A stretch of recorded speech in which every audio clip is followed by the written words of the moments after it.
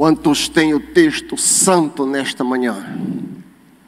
É crucial que você acompanhe aquilo que é ensinado, para que a sua fé esteja firmada na palavra e não naquilo que o pastor diz.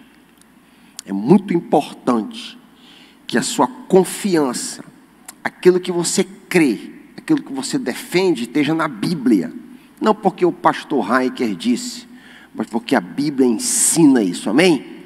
Vamos nos voltar para um texto muito conhecido. 1 Coríntios 5, versículo 7. Eu vou ler apenas a parte B, que é o gancho do texto. 1 Coríntios 5, versículo 7, parte B, diz assim: porque Cristo, nossa Páscoa, foi sacrificado. Algumas traduções dizem: pois também Cristo, nosso Cordeiro Pascal, foi imolado. É a mesma coisa. Pai, que as palavras dos meus lábios e o meditar do meu coração sejam agradáveis a Ti, rocha minha e redentor meu. O povo de Deus me ajudando diz: por que Paulo escreveu o que nós acabamos de ler? Qual a razão dele ter escrito estas palavras?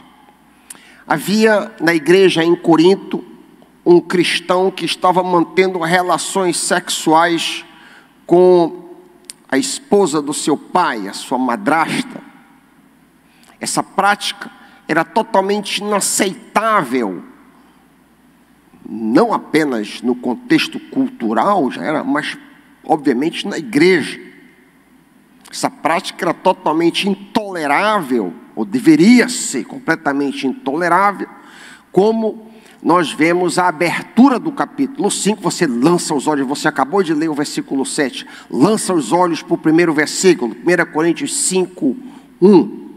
Eu leio da NVT. Comenta-se por toda parte que há imoralidade sexual em vosso meio, imoralidade que nem mesmo os pagãos praticam. Eu soube de um homem entre vocês que mantém relações sexuais com a própria madrasta. O apóstolo ficou revoltado diante da reação dos irmãos em Corinto, pois, ao invés dos irmãos ficarem escandalizados, ao invés dos irmãos ficarem entristecidos e expulsarem o delinquente do meio dele, pasme, eles estavam se gabando. Eles, se considerando crentes mente aberta, crentes sofisticados, cristãos modernos, ou, para usar uma linguagem de hoje, cristãos progressistas, estavam se gabando do fato deles terem um adúltero no meio deles. É isso mesmo que você acabou de ouvir da minha boca. Leia o próximo versículo, versículo 2. Eu leio a partir da NVT, então pode ser que a minha tradução esteja um pouco diferente, mas é o que diz.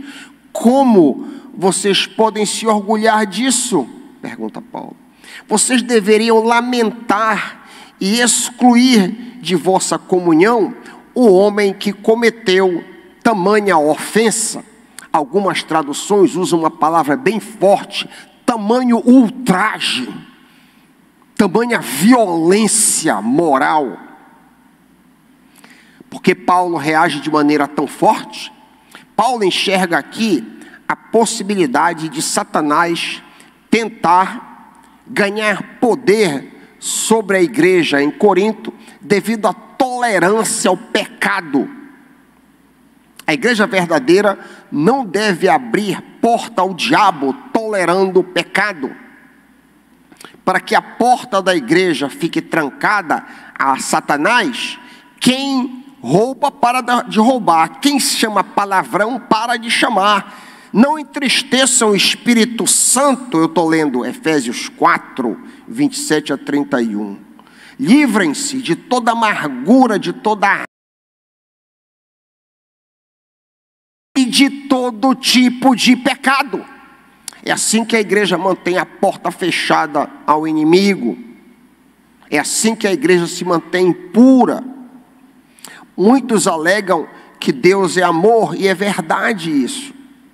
Porém, é também verdade que Deus é santo.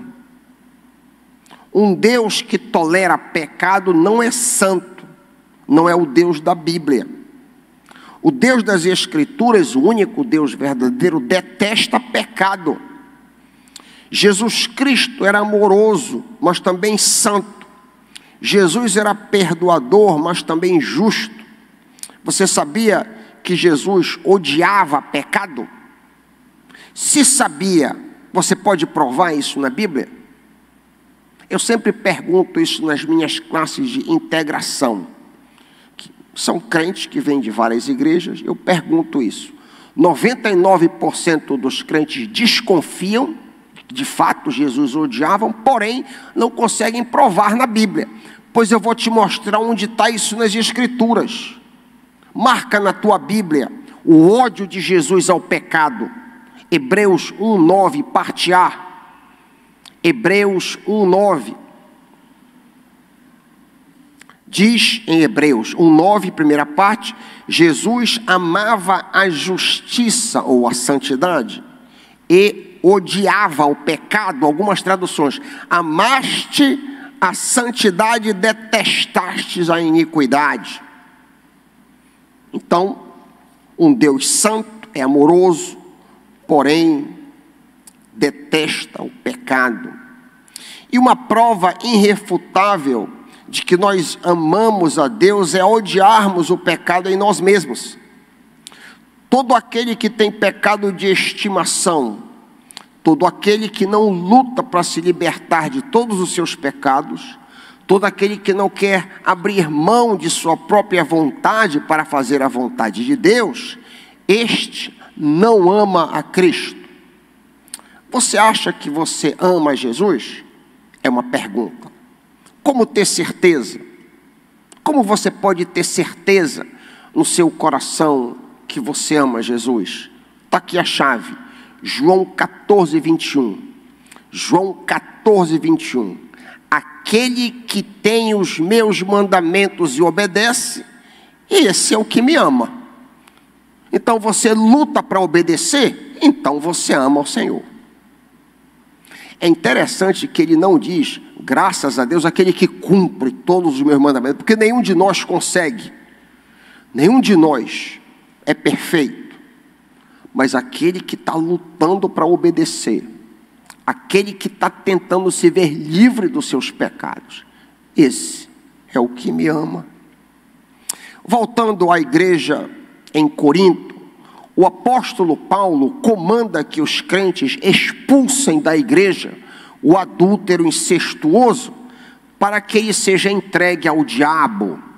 É possível que você nunca tivesse ouvido, é possível que você já tenha lido esse texto, mas que você nunca tivesse de fato sido informado de que um crente salvo pode ser entregue a Satanás. Pois leia na sua Bíblia. 1 Coríntios 5, você lê o 1 e o 2, leia o 3 ao 5 comigo. Embora eu não esteja com vocês em pessoa, eu estou presente em espírito. E como se estivesse aí, já condenei este homem em nome do Senhor Jesus. Convoquem uma reunião. Estarei com vocês em meu espírito e o poder de nosso Senhor Jesus também estará presente. Entreguem este homem a Satanás. Com que objetivo? Para que o corpo seja punido e o espírito seja salvo no dia do Senhor.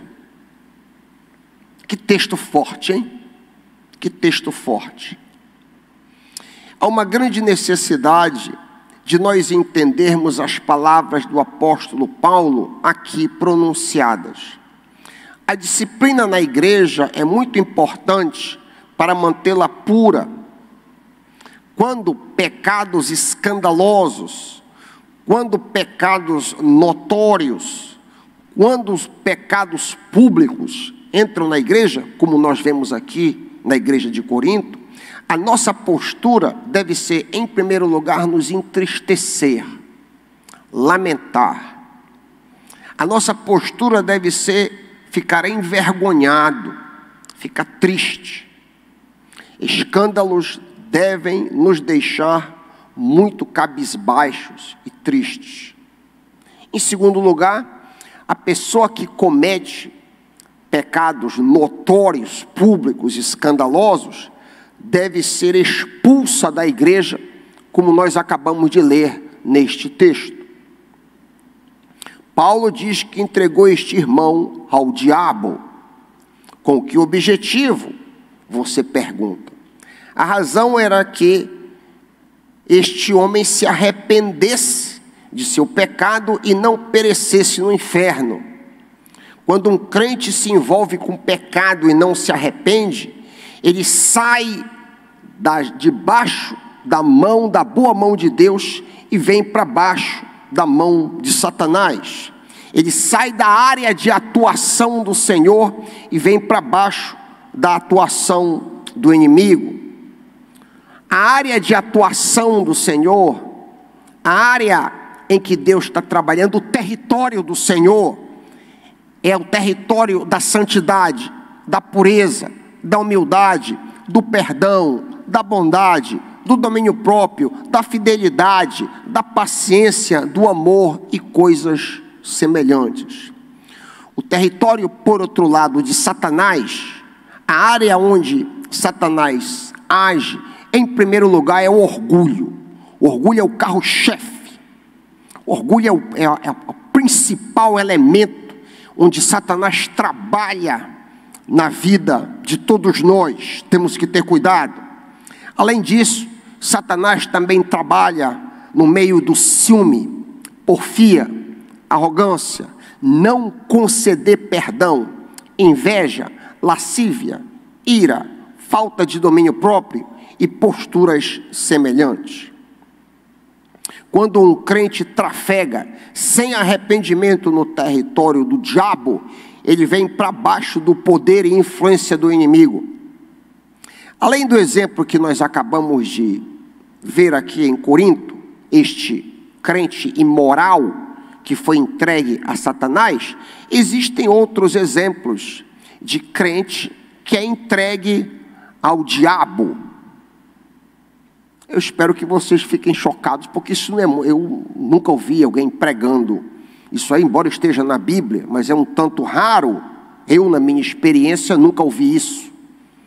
Então, um outro exemplo, além do caso de Corinto, é muito importante que você acompanhe na Bíblia, para que você veja se está na Bíblia isso. Se está escrito na Escritura, e não o que eu estou dizendo. Um outro exemplo de um irmão que foi entregue para o poder de Satanás, está em Mateus 18, o credor incompassivo.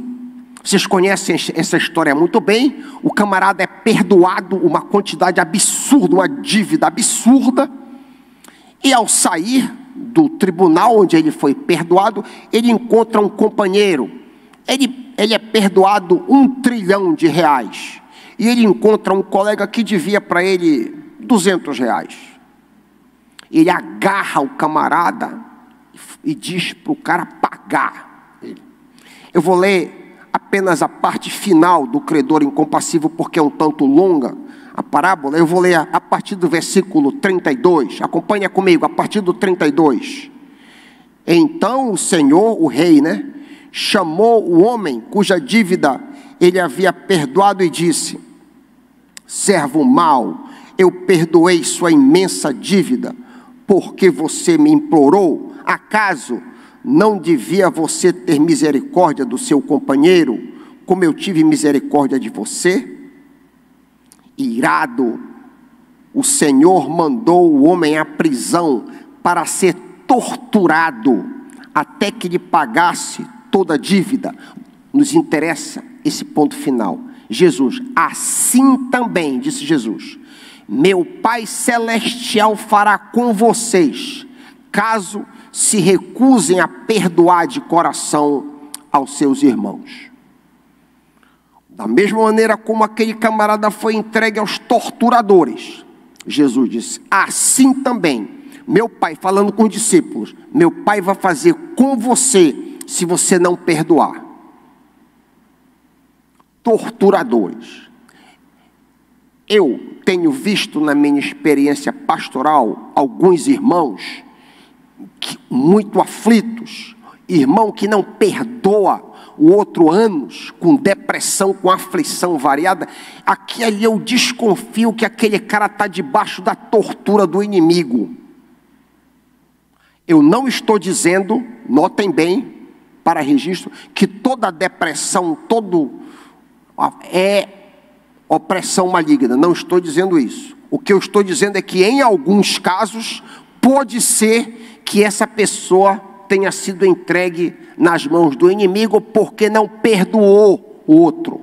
A falta de perdão sujeita o crente à tortura, como nós acabamos de ouvir em Mateus 18, na parábola do credor incompassivo. O adúltero incestuoso de Corinto sofreria nas mãos de Satanás com que objetivo? Para que fosse salvo da perdição. Não é isso que nós lemos no texto? 1 Coríntios 5, 7. Para que o corpo seja punido, mas o espírito salvo no dia do Senhor. O corpo é punido. Essas duas situações de Coríntios 7, de Coríntios 5, 7 e de Mateus 18 não são únicas. Existem situações que não o inimigo, mas o Senhor nos pune com doença e com aflições.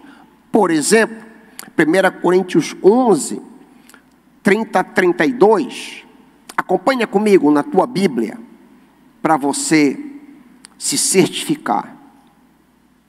Lemos ali 1 Coríntios 11, 30 a 32, que participar da ceia do Senhor sem arrependimento traz castigo, traz punição ao participante. Que tipo de castigo? 30. Por isso, muitos de vocês estão fracos e doentes. Está aqui, olha. E alguns até adormeceram, uma metáfora para morrer. Se examinássemos a nós mesmos, não seríamos castigados dessa maneira, ou julgados dessa maneira. Mas quando somos julgados pelo Senhor, estamos sendo disciplinados, para que não sejamos condenados com o mundo. Então aí você tem enfermidade devido à falta de arrependimento. Vemos neste exemplo de 1 Coríntios 11, que muitas vezes os pecados na vida do crente pode ter ligação com doença. Por sinal, esse também não é o único exemplo. Lemos em Tiago 5, 15 e 16, uma ligação entre doenças e pecados. Tiago 5, 15 e 16. A oração de fé curará o doente e o Senhor o restabelecerá. E se cometeu algum pecado, será perdoado. Portanto, confessem seus pecados uns aos outros e orem para que sejam curados. Então, a doença nas nossas vidas pode, não necessariamente mas pode ter origem em pecado não confessado. Pecado resistente que você não quer abrir mão. Amém, meus irmãos? Aqueles que estão entendendo, digam amém. Resumindo, vemos nestes vários exemplos que um crente em pecado corre um altíssimo risco de ser disciplinado pelo Senhor, pela permissão de Deus para que o diabo trabalhe em sua vida. O nosso texto de 1 Coríntios 5, versículo 6, reitera que os corintianos estavam orgulhosos de serem cristãos progressistas, cristãos sofisticados. Acompanha comigo outra vez, volta lá para 1 Coríntios 5, acompanha. Não é nada bom vocês se orgulharem disso. Não percebem que este pecado é como um pouco de fermento que leveda toda a massa? O que ele está dizendo aí? O que ele está dizendo é: basta uma pessoa em pecado notório para que toda a comunidade seja afetada. Um único crente em pecado aberto, escandaloso, afeta toda a igreja. O que o apóstolo Paulo está dizendo aqui, falando à igreja, é semelhante a alguém que tem uma gangrena. Alguém tem uma gangrena no dedo, por exemplo, vai até o médico e permite que o médico corte o dedo, ampute o dedo, para o bem do resto do corpo. Caso ele não faça isso, a gangrena penetra no corpo e pode matá-lo. O que ele está dizendo aqui é: essa gangrena no corpo de vocês deve ser tirada para o bem do corpo. A expulsão do crente em pecado aberto, notório, escandaloso, é um ato de amor. É um ato de amor para quem? Para o bem do corpo, para o resto da igreja, para que a igreja não seja contaminada.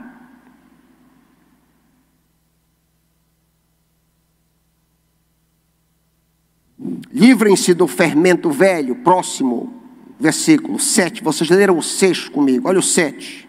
Livrem-se do fermento velho, tira a gangrena, para que seja a massa nova, sem fermento, sem pecado, o que de fato são. Porque Cristo, o nosso Cordeiro Pascal, foi sacrificado.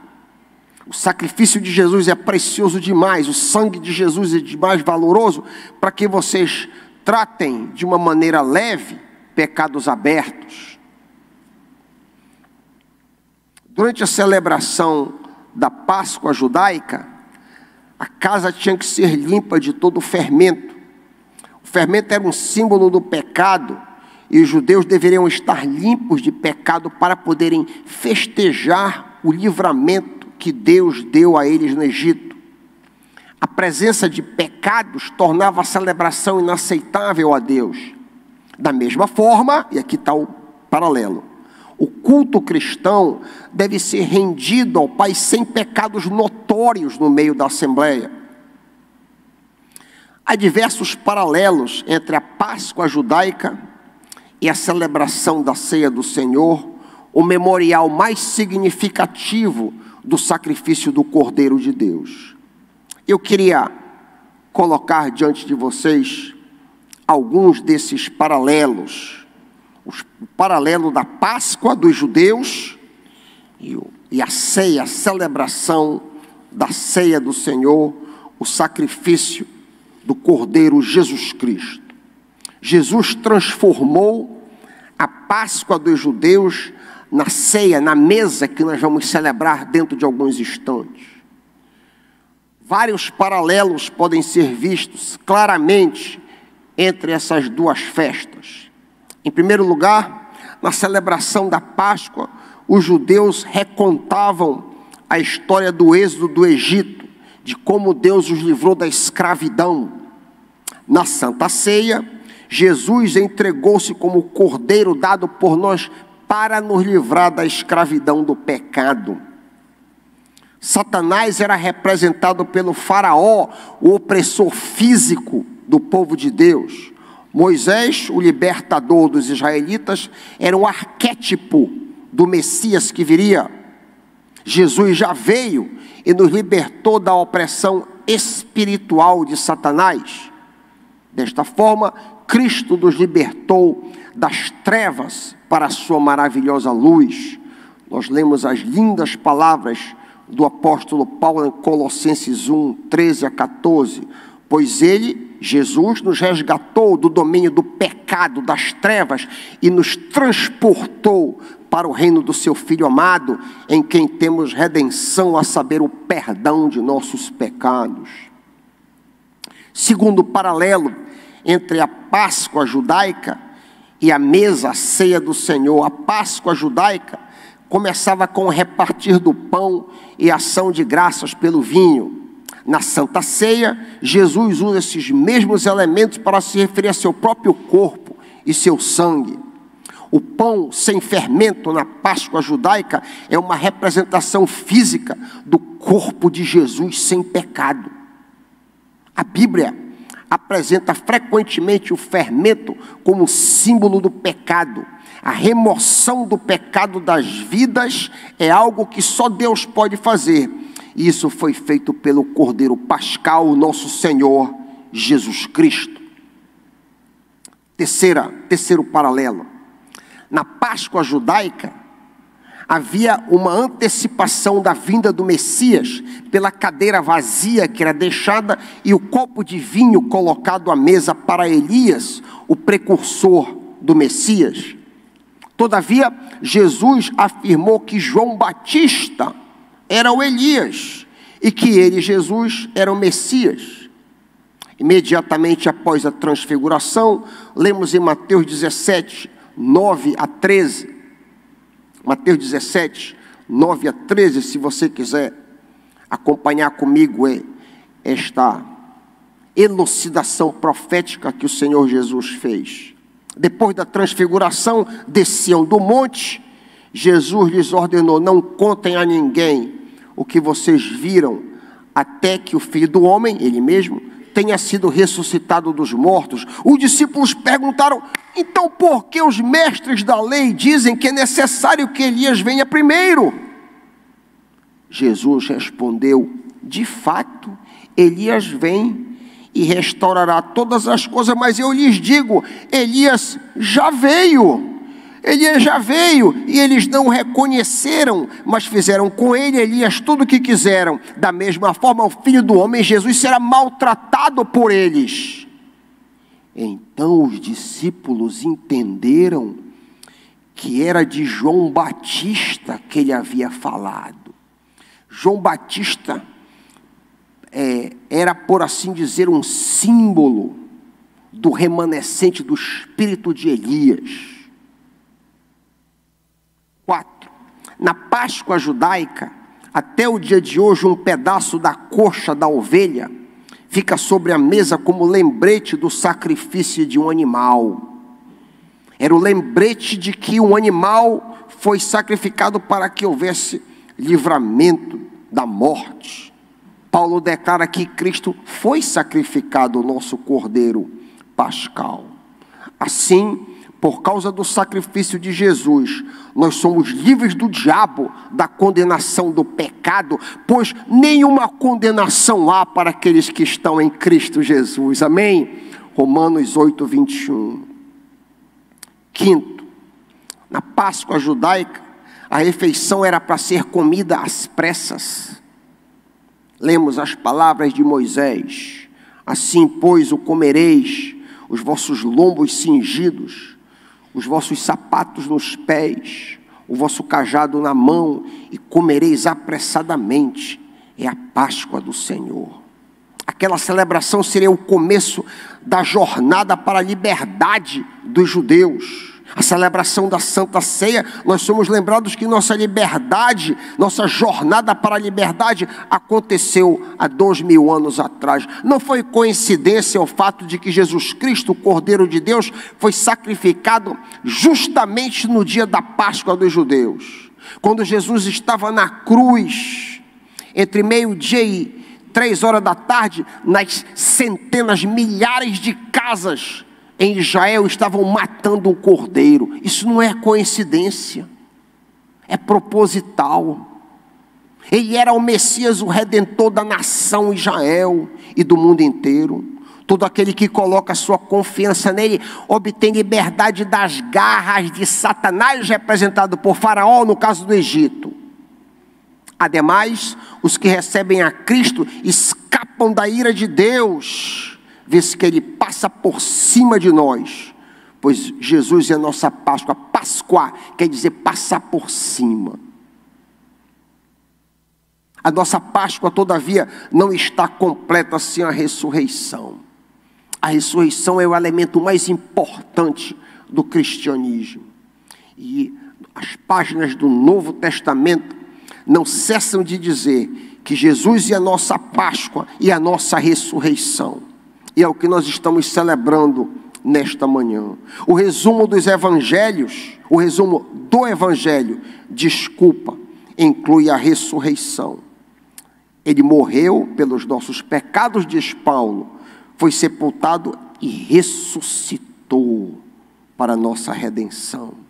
A ressurreição era o que os apóstolos pregavam, Atos 1, 21. A ressurreição é a razão pela qual os apóstolos foram perseguidos, Atos 4, 1 a 2. Todos os apóstolos, sem exceção, pregavam a ressurreição de Cristo com grande poder. Os apóstolos continuavam a testemunhar do quê? Da ressurreição do Senhor Jesus. E grandiosa graça estava sobre eles. Vamos então, nesta manhã, celebrar a nossa Páscoa, pois Cristo, nosso Cordeiro Pascal, foi imolado e ressuscitou em nome de Jesus. Amém.